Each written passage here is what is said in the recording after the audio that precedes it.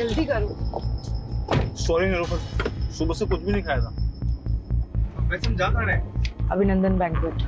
अरे हाँ, आज तो कीर्ति की शादी है ना। पहले बताया क्यों नहीं मेरे को? मैं कपड़े चेंज कर लेता। हाँ, रास्ते में तुम्हारे लिए शेरवानी ले लेते हैं। हम शादी में नहीं जा रहे स्टूपिड। तुमने जो गूफ अप करा है उसे रेक्टिफाई करने जा रहे हैं।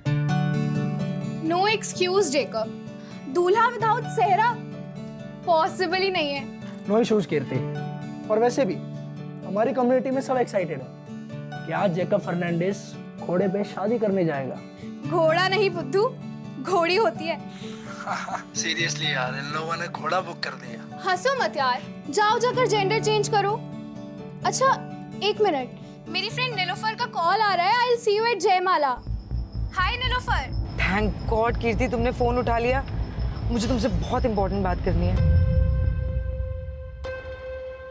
कीर्ति, तुम्हारा होने वाला हस्बैंड एक फ्रॉड है। ये कई बार नाम बदल के पहले भी शादियां कर चुका है। इनफैक्ट इसका टारगेट होता है कि ये रिच लड़कियां फंसाता है, फिर उनसे मोटी डाउरी लेता है और प्रॉपर्टी बेच के भाग जाता है। यही इसकी मॉडस ऑपरेंडी है यार। और ये सब तो मुझे अब बता रही हूँ। 2 महीने पहले मैंने तुम्हारी डिटेक्टिव एजेंसी को इस काम पर लगाया था ताकि पता चल सके कि वो इंसान सही है या गलत, उसका बैकग्राउंड क्या है। और तुमने क्या किया? और गोल्डी तुमने तो मुझे सारे ग्रीन सिग्नल्स दिए थे ना कि सब सही है। उसके बाद जाकर मैंने हाँ किया। कीर्ति, गोल्डी से गलती हो गई। मैंने तुम्हें सिर्फ काम नहीं दिया था नीलोफर। मैंने समझा था तुम मेरी दोस्त हो और तुम्हारे लिए मेरे कंसर्न्स मैटर करते हैं, और तुमने किसी चीज पर ध्यान नहीं दिया। Sorry sorry my foot Nilofar. 25 lakh लग चुके हैं शादी पे, इंक्लूडिंग योर फीस। और वहां पे ना वेन्यू के बाहर सारे गेस्ट खड़े। क्या बोलूं मैं उनको जाकर? और आज ना जेकब से ज्यादा मुझे तुम पर गुस्सा आ रहा है, और इसे ना मैं कभी भूलूंगी नहीं। मैम, कुछ बोलना भी मत। देखा, तुम्हारी वजह से कितना सुनना पड़ा मुझे। मैम गोल्डी, कुछ दिनों तक अपनी शक्ल मत दिखाना मुझे।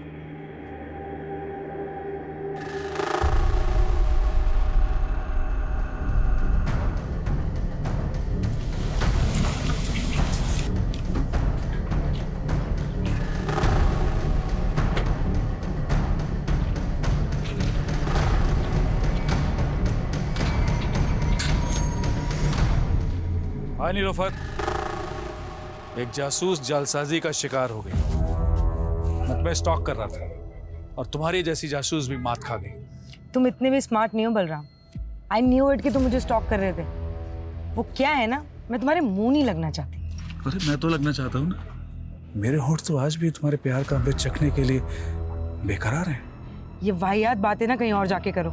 निकलो यहाँ से। ठीक है, मैं जानता हूँ मैं बहुत बदनाम हूँ, लेकिन मैं तुम्हारे नाम, तुम्हारी शोहरत पे मरता हूँ मैं।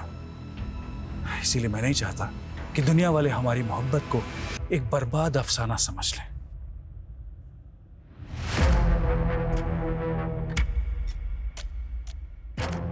बेहतर होगा अंदर बुला लो।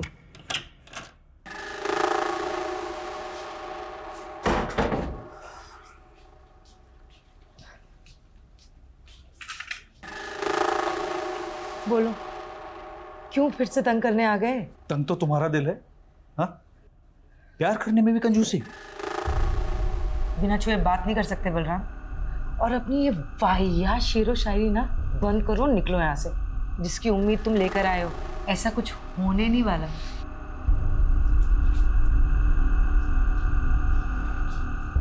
मैं तो नाउम्मीद होकर ही आया हूं। तुम मुझसे क्या, मेरी जिंदगी मुझसे रूठ गई है।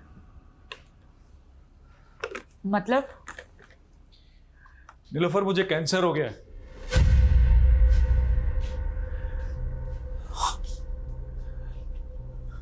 सच कह रहा हूं, मेरे पास अब ज्यादा दिन नहीं बचे। मरने से पहले मैं सारे गिले शिकवे तुम्हारे साथ जो हुए दूर करना चाहता हूं। अगर तुम कहो तो बाकी बची जिंदगी तुम्हारे साथ रहने के बहाने मत ढूंढा करो यार। भरोसे के लायक नहीं हो तुम। और अब मुझे तुमसे कोई मतलब नहीं। तुम्हारा मुझसे कोई मतलब नहीं है? कोई मतलब नहीं ना तुम्हें मुझसे, तो मेरी जिंदगी का कोई मतलब नहीं। कल का मरता आज मुझे हर्ष क्या? मैं पागल नहीं हूँ, तुम्हें ड्रामा लग रहा है? मैं अभी करके दिखाता हूँ। पागलपन मत करो।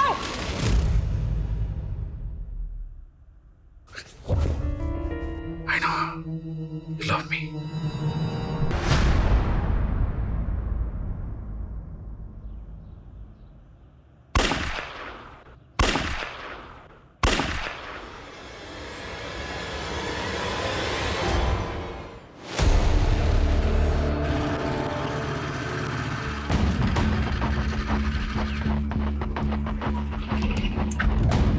सर पड़ोसी ने 3 गन शॉट्स की आवाज सुनी है, इसके अलावा किसी को कुछ नहीं पता सर। सर घर अंदर से बंद है, कुछ समझ में नहीं आ रहा है सर। मुझे लगता है ये क्लियर हॉस्टेज सिचुएशन है। चल, घर किसका? Sir Nilofar Malik, private detective है। अभी अंदर कितने लोग हैं? सर वो तो पता नहीं, पड़ोसी ने कहा कि मियाँ बीबी अंदर गए।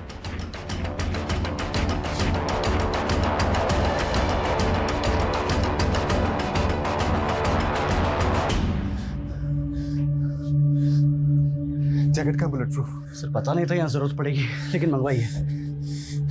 उसका टाइम नहीं है हमारे पास, इंटरलॉक तोड़ना पड़ेगा।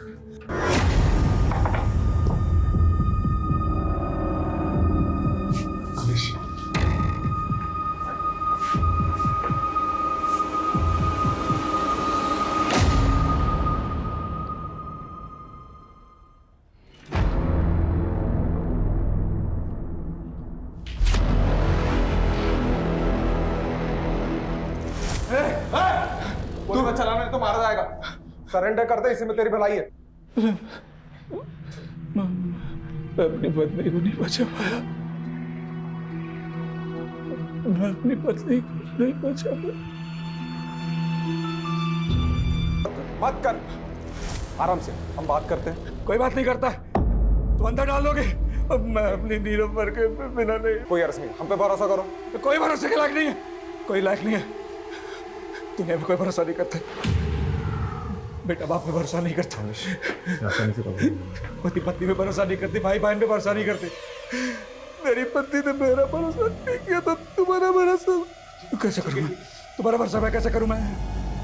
हाँ कैसे कर ऐसा करें? चाहते हो तो उसके लिए बात करना होगा। ठीक है, तुम बोलो, हम बात करते हैं। ठीक है, आराम से।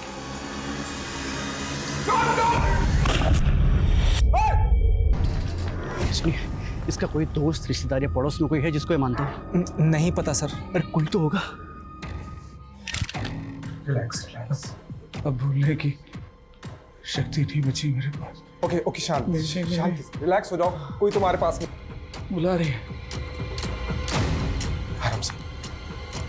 हाँ पास में बुला रही है, आ रहा हूँ। Love me. लगता है क्लोज रेंज से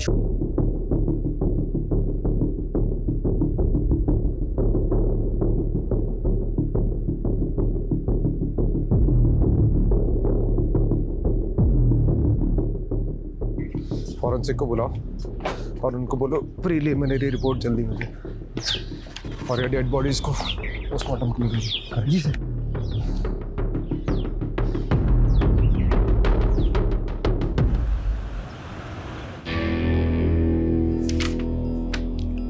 अजय, प्रिलिमिनरी फॉरेंसिक रिपोर्ट के हिसाब से क्राइम सीन पे कोई भी अननोन फिंगरप्रिंट्स नहीं मिले।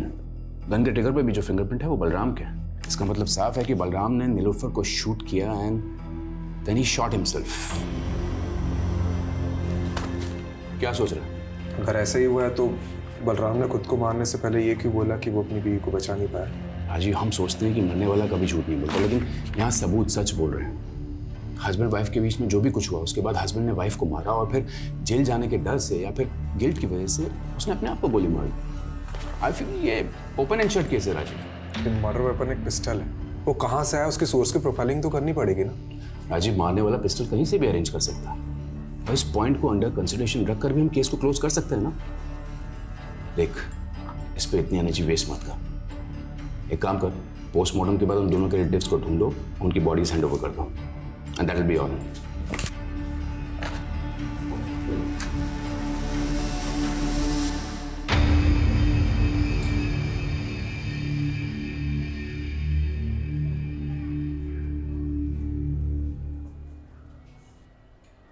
सर वो नीलोफर के घर में किसी भी तरह की फोर्स एंट्री एग्जिट के साइन नहीं मिले हैं। और सर किसी ने भी ये नीलोफर और बलराम के अलावा किसी तीसरे को नहीं देखा। ये बलराम और नीलोफर के रिश्तेदारों को पता चला? नहीं सर, लेकिन इतना पता चला है कि ये जो नीलोफर है ना, ये NRI थी और इंडिया में तो इसके कोई भी रिलेटिव नहीं। और सर हाँ, यहाँ पर इसके डिटेक्टिव एजेंसी है और इसका एक असिस्टेंट है गोल्डी। और बलराम? सर बलराम को तो यहाँ के लोग पिछले 1 साल से ही जानते हैं, क्योंकि ये बलराम ने नीलोफर के साथ पिछले 1 साल पहले ही शादी की थी और नीलोफर के घर में ही रहना था। बाकी की फॉर्मेलिटीज लोकल पुलिस कर लेगी। दोस्तों जी अपने पुराने केस में लगते हैं। जी सर। मैं अपने बंदे को नहीं बचा पाया। ये बलराम की बातें मेरे दिमाग में अभी तक गूंज रही हैं। हमारे नीलोफर के घर में घुसने के पहले जो कुछ भी हुआ होगा वो बहुत बड़ा सवाल है। हमें नीलोफर और बलराम के बारे में पता करना चाहिए। हो सकता है कुछ जवाब मिल जाए। क्या नाम बताया था असिस्टेंट का? गोल्डी। नीलोफर के साथ कब से काम कर रहा था? सर तकरीबन 5 साल से। हमने सुना है नीलोफर NRI थी। हाँ सर, अमेरिका से। एक्चुअली उन्होंने वहाँ पे एक डिटेक्टिव के साथ काम किया था। अपने पेरेंट्स की डेथ के बाद वो इंडिया आ गई थी और उन्होंने अपनी एजेंसी यहीं खोल ली थी। और ये बलराम, इसके बारे में क्या क्या जानते हैं? सर बलराम सर मस्त किस्म के इंसान थे और वो अपने आप को आज़ाद मुसाफिर कहते थे। तो मुसाफिरों के ठिकाने भी तो होते हैं। कहाँ का रहने वाला था ये? सर हरियाणा में किसी जगह के थे। और काम क्या करता था? सर वो हमारी एजेंसी में काम करते थे। वो बलराम डिटेक्टिव था? सर वैसे तो वो NRPF में थे। एक्चुअली नीलोफर मैम को अपना काम एक्सपेंड करना था और वो उसके लिए एक ऐसा इंसान चाहती थी जो जोखिम उठा सके। अब सर एक्स सर्विसमैन से बेस्ट तो कौन ही होगा, इसीलिए उन्होंने बलराम सर को अपॉइंट किया। लेकिन क्या इंस्ट्रक्शन दिया था तुमको बलराम? जोशी का पीछा करना था ना, और तुम उसी के साथ हाथापाई करके आ गए। अरे पीछे ही कर रहा था मैं जोशी की कार का। उसने अचानक कार में ब्रेक मारी, मेरी बाइक टकरा गई। साली की बैकलाइट क्या फूटी, थप्पड़ मार दिया उसने मुझे, तो मैं क्या करता? अरे तुम्हारी इसी बेवकूफी की वजह से जोशी को पता चल गया कि मेरा क्लाइंट उसकी जासूसी करा रहा है। तुम छोड़ो ये जासूसी, एक बाउंसर की नौकरी ढूंढ लो, वही सूट करती है तुमको। और तभी उनका प्रोफेशनल एसोसिएशन खत्म हो गया। लेकिन सर इतने डिफरेंसेस के बावजूद भी उन दोनों में प्यार हुआ और सर पिछले ही साल उन्होंने शादी भी की थी। एक बात बता कि बलराम नीलोफर को मार सकता है? सर मुझे नहीं लगता। तो कौन मार सकता है नीलोफर को? कीर्ति, तुम्हारा होने वाला हस्बैंड एक फ्रॉड है। जेकब से ज्यादा मुझे तुम पर गुस्सा आ रहा है और इसे ना मैं कभी भूलूंगी नहीं।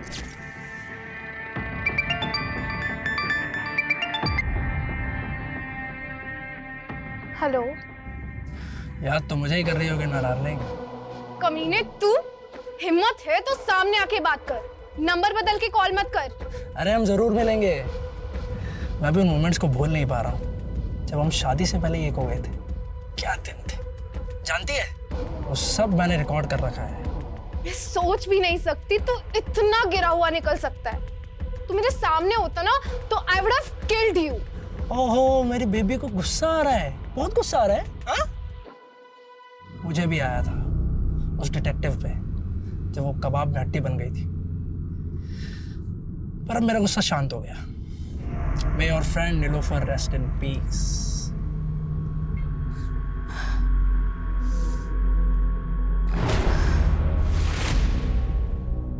क्या वो डॉक्टर आपने अचानक बुला लिया?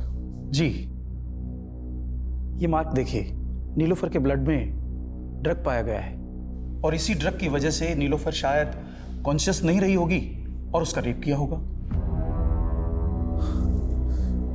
तो ये रेपिस्ट का DNA क्या बलराम का DNA से मैच करता है? नीलोफर की बॉडी पे रेपिस्ट का DNA मिला ही नहीं। शायद रेपिस्ट ने कॉन्डोम यूज किया हो।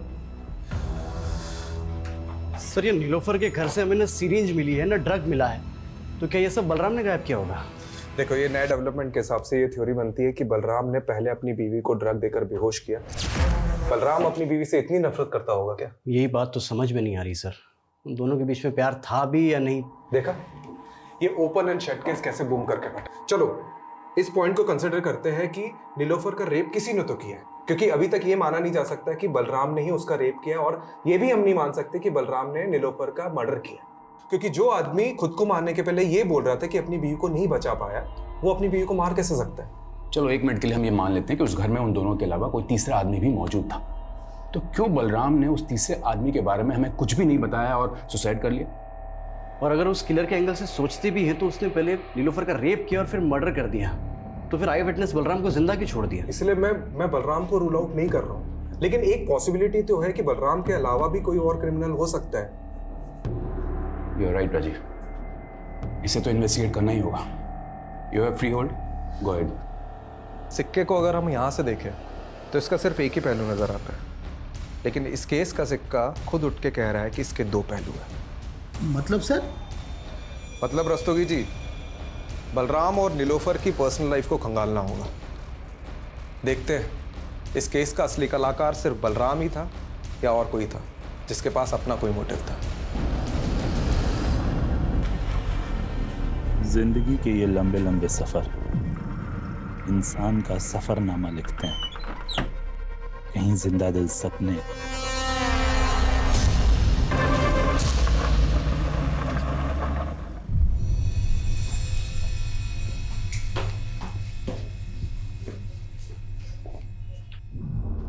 अरे कनक बेटा, अरे इतनी सी बात पे कोई रोता है क्या? हाँ, रोते नहीं है बेटा। ये देखो, मैं तुम्हारे लिए क्या लेके आया। देखो, ये गोलू मोलू सा गुड्डा, अब हम दोनों इससे खेलेंगे। ये पसंद नहीं आया? ठीक है, तो मैं तुम्हें दूसरे खिलौने दिला दूं। कनक, क्या हुआ बेटा? अरे सरगुन दीदी, आप इंटरव्यू के लिए चली गई, ये बेचारी डर गई। पर जॉब भी तो जरूरी है ना हरीश। अरे कहाँ, अब ये जॉब वॉब के चक्कर में पड़ी हुई है दीदी। एक काम करता हूँ, आपका जो घर है बहुत प्राइम लोकेशन पे, इसको गिरवा के 4 माले बनवा देता हूँ और आराम से बैठ के किराया खाना और मेरी लागत चुका दे रहना। पर हरीश, इसमें तो लाखों रुपए लगेंगे, इतना पैसा मैं कहाँ से चुकाऊंगी? उसकी टेंशन आप मत लो। आप एक काम करना, इसमें से एक माला मुझे दे देना, बीच वाला माला मैं रख लूंगा, और आप ये जॉब वॉब का चक्कर छोड़ दो दीदी। सर, नीलोफर की कार पे फास्टैग लगा हुआ था। मैंने उसकी ट्रांजैक्शन डिटेल्स निकलवाई तो एक इंटरेस्टिंग बात सामने आई है। मर्डर वाले दिन नीलोफर ने सुबह 7 बजे ग्रेटर नोएडा टोल नाका क्रॉस किया था। सर, उस दिन यूपी से दिल्ली आई थी। यूपी में कहाँ गई थी वो?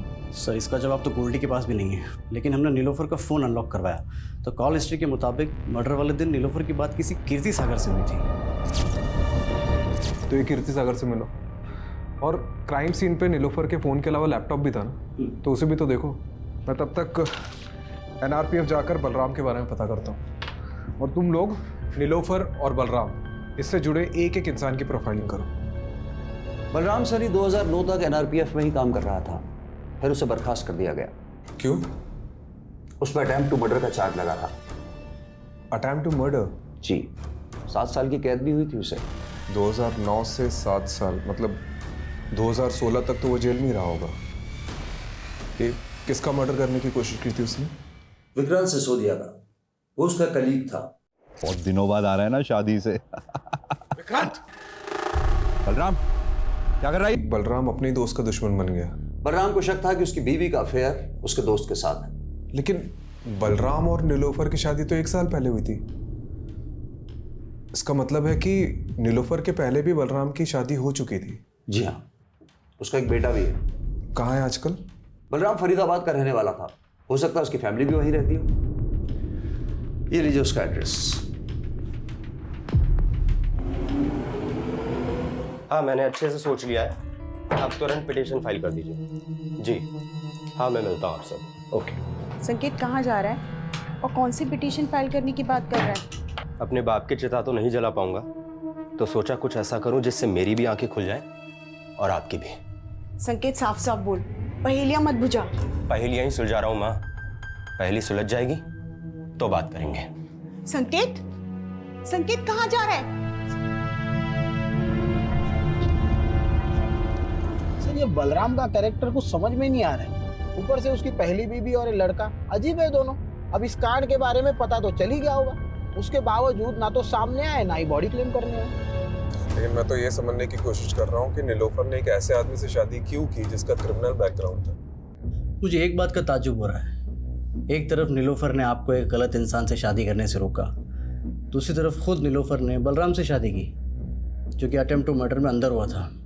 यह हमें आज ही पता चला है। इस बारे में मुझे कुछ नहीं पता, पर हाँ, नीलोफर ने मुझे ये ज़रूर बताया था कि बलराम पहले शादी कर चुका था, और मैंने भी उससे मजाक मजाक में पूछ लिया कि उसने बलराम में ऐसा क्या देखा। कुछ मत पूछ यार। बलराम में पतियों वाली कोई क्वालिटी नहीं है यार, और काम तो उसे करना ही नहीं आता है, और पैसा उसके पास है नहीं। तो तुझे उसमें पसंद क्या है? उसकी शेरो शायरी? वो तो है। कीर्ति, उसकी बेस्ट बात पता है क्या है? वो मेरे लिए किसी की भी जान ले सकता है, और ये सोच के ना बहुत सिक्योर फील होता है। क्या ये बलराम नीलोफर की जान ले सकता है? नहीं, उन दोनों में झगड़ा जरूर होता था, but they both loved each other. आपके दोस्त ने कभी ऐसा कोई हिंट दिया कि उसे किसी से खतरा है या कोई उसे नुकसान पहुंचा सकता है? नहीं, ऐसा कभी कुछ नहीं बताया। पर हाँ, उस दिन नीलोफर ने गोल्डी को बहुत डांटा था, क्योंकि गोल्डी ने जेकब का बैकग्राउंड चेक करने में गलती कर दी थी।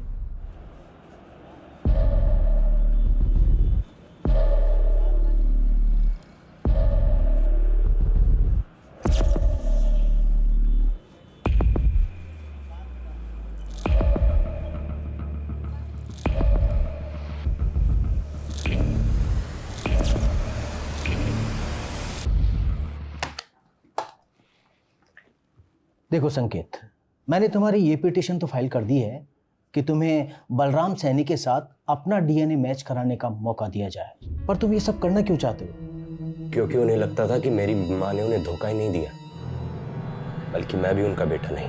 पर तुम ये सब करके अपने लिए गड्ढा खोद रहे हो। मेरा मतलब है जानबूझकर पुलिस की नज़र में सस्पेक्ट बन रहे हो। ये तो कभी प्रूफ नहीं होगा कि मैंने कोई क्राइम किया था, लेकिन डीएनए टेस्ट कराने का मेरे पास ये आखिरी मौका है। मैं चाहता हूं दुनिया को पता चले मेरा बाप सही था या मेरी माँ।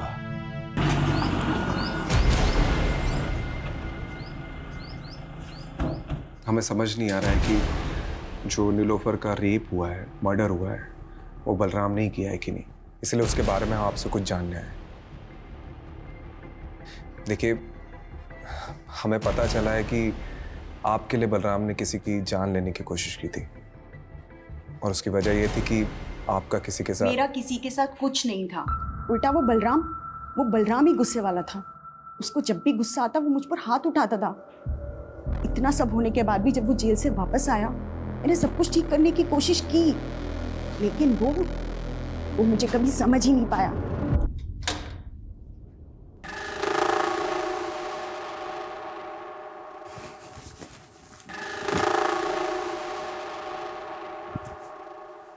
देखो, मैं यही चाहती हूँ कि हम नए सिरे से जिंदगी शुरू करें। नई जिंदगी नए सिरे से? विक्रांत के बाद कोई नया यार मिला क्या? बोलना, कोई नया यार मिला क्या? जेल जाके भी तुम्हारे दिमाग से कचरा नहीं निकला ना? अरे कैसे समझाऊं, तुम्हें गलतफहमी हुई थी। चुप, बिल्कुल चुप। मुझे कोई गलतफहमी नहीं हुई है।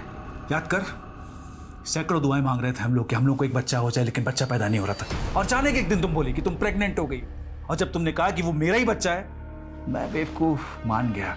मेरी आंखें खुल गई हैं। ये संकेत उसी कमीने का खून है ना, विक्रांत का? उसकी वजह से मैं अपने बेटे के आगे शर्मिंदा हुई। जो गलतफहमी एक बार बाप बेटे ने पाल ली, वो दूर नहीं होती। आप नीलोफर से कभी मिली थी? सच बताना। हाँ, मिली थी, लेकिन उसी की भलाई के लिए मिली थी। ऐसी कौन सी भलाई की आपने? सुना था कामयाब औरतों के सपने भी कामयाब होते हैं। फिर तुमने एक नाकामयाब आदमी से रिश्ता कैसे जोड़ लिया? नाकाम तो आपका रिश्ता रहा है। बलराम को तो धोखा दिया था ना आपने। बड़ी जल्दी उसकी बातों में आ गई। ये भी भूल गई कि वो 7 साल जेल रह के आया है। डूबती कश्ती में पांव रखा है तुमने। डूबने से पहले उतर जाओ तो अच्छा है। मैंने तो उसकी सलामती ही चाहिए थी, लेकिन जब अपनी किस्मत नहीं बदल पाई तो उसकी क्या बदलती। आपको शक होगा कि कांड बलराम ने किया या नहीं, लेकिन मुझे पूरा यकीन है कि बलराम ने पहले नीलोफर को मारा, बाद में खुदकुशी की। आखिर उसके पाप का घड़ा भर ही गया था। कैसी लगी कनक? अच्छी है ना? चल तू जल्दी से जा और जाकर के पहन के दिखा। क्या बात है दीदी, कनक के लिए नई ड्रेस? लगता है दिल्ली में जो इंटरव्यू दिया था वो पास कर लिया है। वो तो बिल्कुल बेकार गया, लेकिन हाँ, कोड़ियागंज में मुझे एक जॉब मिल रही है। सोच रही हूँ कनक के साथ जाके वहीं शिफ्ट हो जाऊँ। शिफ्ट कर रही हो? तो फिर इस घर का क्या करना है? आप बोलो तो बिकवा दूँ। तो मेरा घर बेचने पर क्यों तुला है? मतलब आप कौड़ियागंज चली जाएंगी और पीछे से इस घर पे किसी ने कब्जा कर लिया तो? कमलेश, ये बलराम का कैरेक्टर कुछ समझ में नहीं आ रहा है। मतलब उसे सस्पेक्ट मानो या विक्टिम, पता नहीं। अच्छा, ये तीसरे आदमी की थ्योरी से कुछ हाथ लगा? सर ये नीलोफर का लैपटॉप ऑन किया है मैंने, इसमें सर ये जैकब की कुछ फोटोज मिले हैं। सर ये तो पहुंचा हुआ अपराधी है, कई स्टेट्स में मोस्ट वांटेड है। इसके ऊपर तो सर धोखाधड़ी और अटेम्प्ट टू मर्डर जैसे चार्जेस हैं।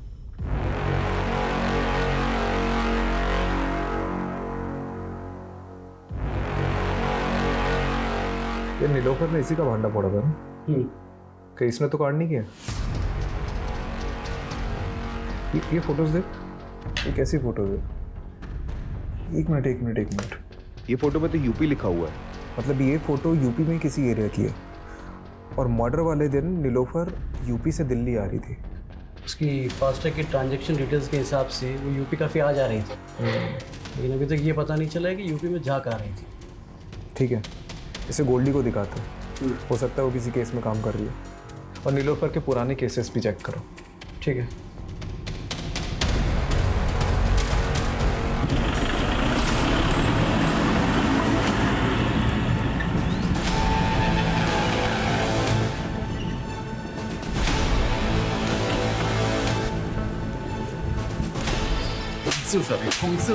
छोड़ो हमें, छोड़ो। अरे मिश्रा, पहले पापा को तो पकड़ने दीजिए आपका कॉलर। अरे तुम्हारे बाप की उम्र का है मिश्रा, क्या पकड़ो पकड़ो लगा रखा है। भुजंगर, ये तुम ठीक नहीं कर रहे हो। तुम्हें और तुम्हारे बेटे को हम किडनैपिंग के चार्ज में अंदर करवा देंगे। सिर्फ किडनैपिंग? अरे मर्डर भी हो सकता है तुम्हारा। और अगर बचना चाहता है ना तो ये बता कि इस बार के रोड कॉन्ट्रैक्ट का टेंडर तुझे मिला कैसे? हमारे टेंडर में जो भाव हमने भरा उससे ठीक 1 रुपया कम तेरे टेंडर का भाव। हमारे टेंडर का भाव तुझे बताया किसने? इत्तेफाक से। इत्तेफाक है गोबर में। तू एक बात ध्यान से सुन ले, तो खुद अथॉरिटी में जाएगा और उन्हें कहेगा कि इस बार का टेंडर मुझे नहीं करना, फिर टेंडर अपने आप हमें मिल जाएगा। तुम हमें धमकी दे रहे हो? धमकी नहीं, पुचकार रहे। कोड़ियागंज की सबसे बड़ी मछली विजेंद्र अवस्थी।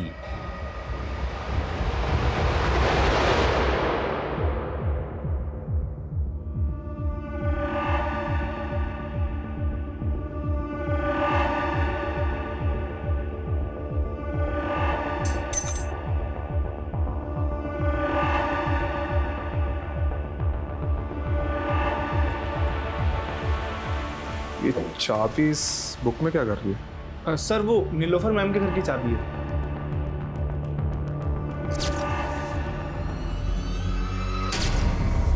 ये नीलोफर के मर्डर के दिन उसने तुझे बहुत डांटा था ना, क्योंकि जेकब का बैकग्राउंड चेक करने में तूने गलती कर दी थी। ये मैं कीर्ति ने बताया।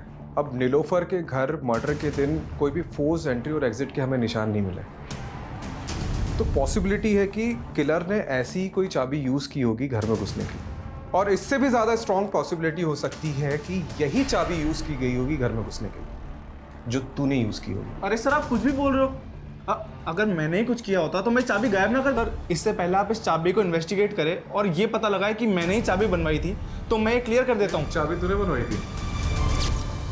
गोल्डी, मेरे घर की चाबी खो गई है, किसी चाबी वाले को लेके पहुंचो ना जल्दी। और सर इसीलिए नीलोफर मैम ने 2 चाबियां बनवाई थी और एक चाबी वहां इमरजेंसी के लिए रखी थी। और सर रही बात कीर्ति के केस की, तो मैं नीलोफर मैम से इस बारे में माफी मांग चुका था। अब सर इसके लिए मैं उनका मर्डर थोड़ी कर दूंगा। अच्छा एक बात बता, हमें पता चला है कि नीलोफर का उत्तर प्रदेश आना जाना लगा रहता था, तो वहां किसी केस पे काम कर रही थी? Sir 1 minute. सर ये चेक नीलोफर मैम ने मुझे बैंक में डिपॉजिट करने के लिए दिया था। यूपी की बिजनौर ब्रांच का है सर ये चेक। हरीश चौधरी।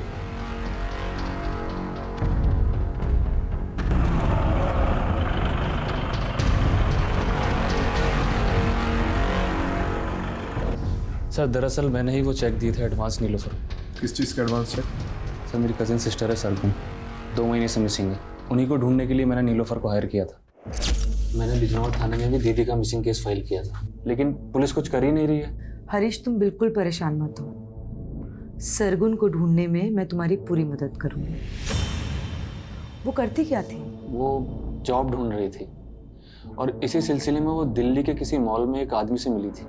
वो कोई मामूली आदमी नहीं है हरीश, वो कोड़ियागंज के सबसे रईस आदमी का बेटा है। वो सोशल वर्कर भी है और साथ ही उसकी बहुत सारी कंपनीज भी है। उसी ने मुझे मिलने के लिए कोड़ियागंज बुलाया था। कोड़ियागंज? मैं भी आपके साथ चलूंगी। अरे बेटा पहले मैं तो जाकर नौकरी पक्की कराऊं, उसके बाद तुझे भी ले चलूंगी। लेकिन उस दिन के बाद से दीदी कभी लौटी नहीं सर। ये नीलोफर ने सरगुन के बारे में कोई अपडेट दी थी?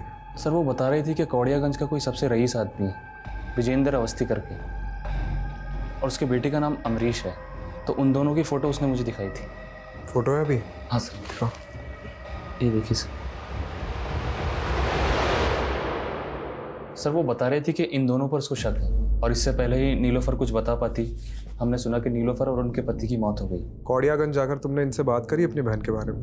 मुझे ऐसा छोटा आदमी इतने बड़े आदमी से कैसे बात कर सकता है? सोचा पुलिस को ही बता दूं, लेकिन उन्होंने कुछ नहीं किया। ठीक है।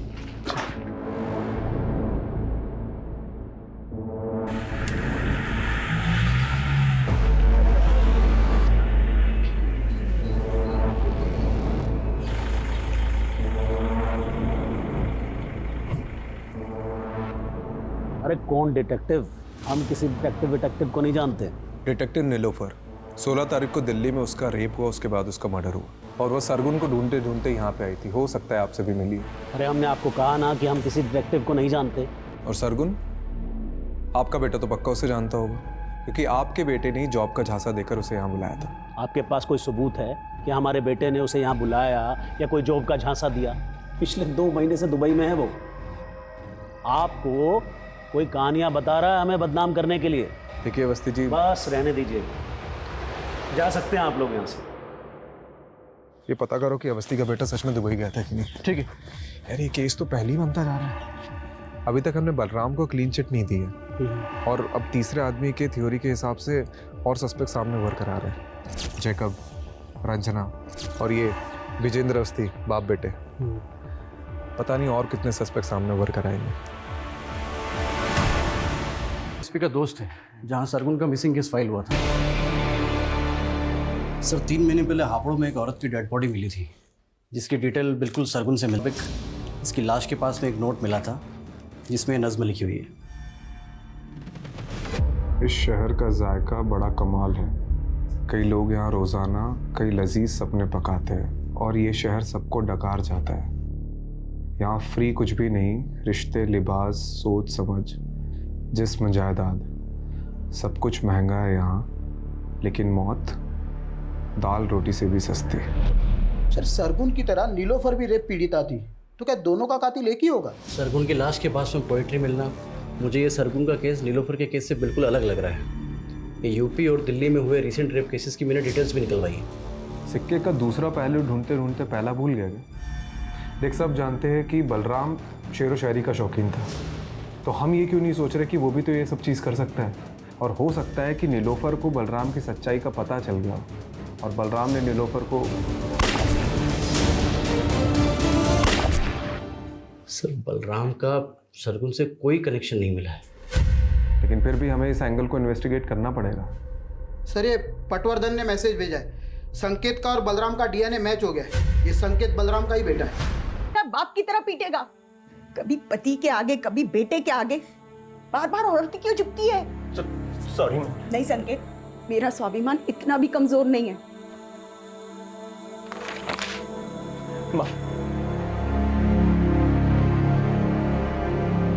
सर मैं रेप केसेस के बारे में ही पता कर रहा था, तो पोएट्री से जुड़ा एक और केस सामने आया है। 2 दिन पहले दादरी हाईवे पर एक लड़की की लाश मिली है, सेम मॉडस ऑपरेंडी। लड़की के साथ रेप हुआ और साथ में पोएट्री नोट।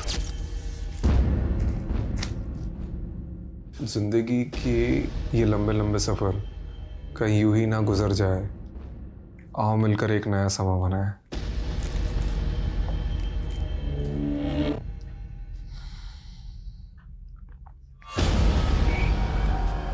कहीं हम किसी सीरियल किलर से तो डील नहीं कर रहे? इस नीलोफर का केस अब भी इन दोनों केस से अलग लग रहा है।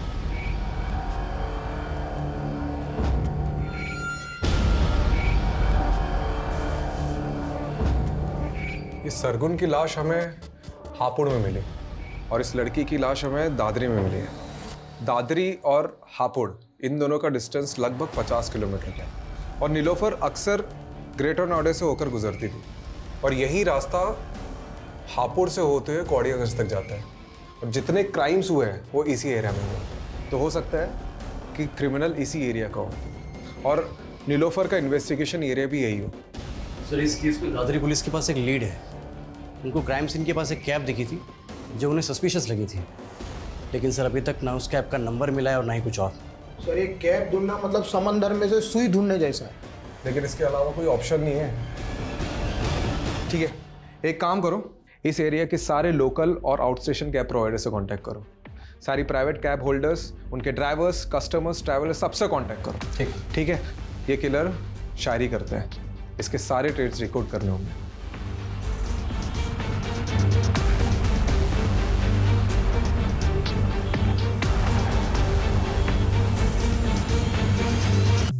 सर 300 से ज़्यादा travel agents, cab service providers और सोलो कैब ड्राइवर से पूछताछ करी। कुल मिला के 700 लोगों से हमने पूछताछ करी सर, और टोटल 27 लोगों को हमने जीरो डाउन किया है जो मर्डर के वक्त दादरी वाले क्राइम सीन एरिया के आसपास थे। इन सबको बुलाओ।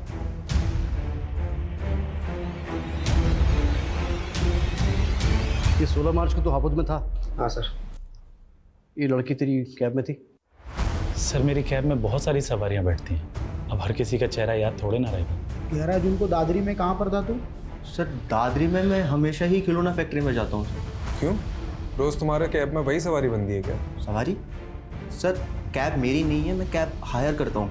अच्छा, तो कोई ऐसे कैब ड्राइवर को जानते हो जो शेरो शायरी करता है? सर ऐसा तो कोई मेरे दिमाग में नहीं आ रहा अभी। ठीक है, तुम जा सकते हो। सर एक मिनट, सर एक कैब वाला मुझे ज़रूर याद आ रहा है, क्योंकि सर उसके म्यूज़िक सिस्टम में गज़लें चल रही थी। गज़लें? वो बंदा मुझे इसलिए याद है क्योंकि वो इंग्लिश में बोलने की कोशिश कर रहा था और सर वो अपने आप को MBA करा हुआ बता रहा था। सर ये था वो। हेलो, यहाँ हापुड़ रोड पे बैकअप भेजो फटाफट।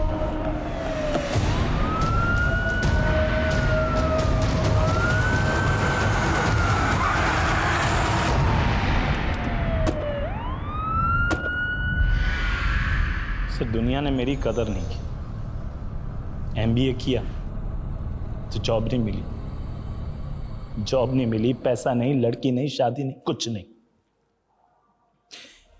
एक MBA वाले की फ्रस्ट्रेशन समझते हैं आप सर? फ्रस्ट्रेशन में कैब चलाना पड़ा। वो उन दिनों एक कपल मेरे कैब का रेगुलर कस्टमर था,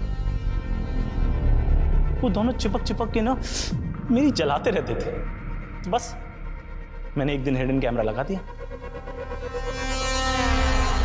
फिर वो वीडियो बनाकर मैंने उस लड़की को ब्लैकमेल किया। वो मुझे लाखों देने को तैयार थी, पर पता है सर मैंने उससे क्या मांगा? उससे उसका जिस्म। तब से ना तलब। तो क्या बोलो तुम्हें कि तू विजेंद्र अवस्थी का बेटा है?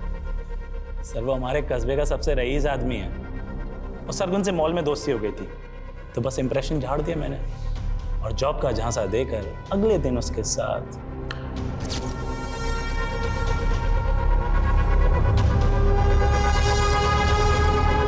फिर सारा मालूम पड़ा कि वो नीलोफर सरगुन का पता करते करते कौड़ियागंज पहुंच गई है। एक्सक्यूज मी जी, आप विजेंद्र अवस्थी का घर जानते हैं? जी पास ही में, आइए आपको ले चलता। चलिए।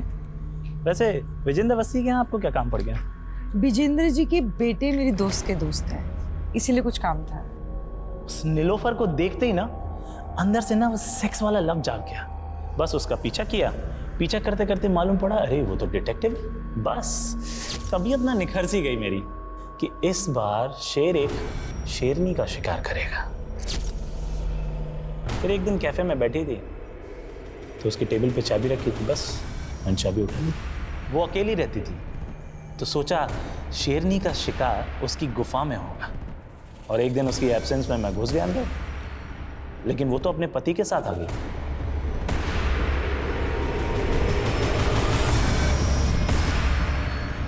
ए चल छोड़। कौन है? चढ़ फटाफट, इधर चल। चल कौन है? चल नीलोफर कौन है? चल इधर। ए इधर आ, इधर आ, इधर आओ ना, गोली मार दूंगा। देखो तुम्हें इधर आ। फटाफट इसके हाथ में बहुत बड़ा गोली मार। बांध दो। जल्दी बांध। क्या चाहिए तेरे को?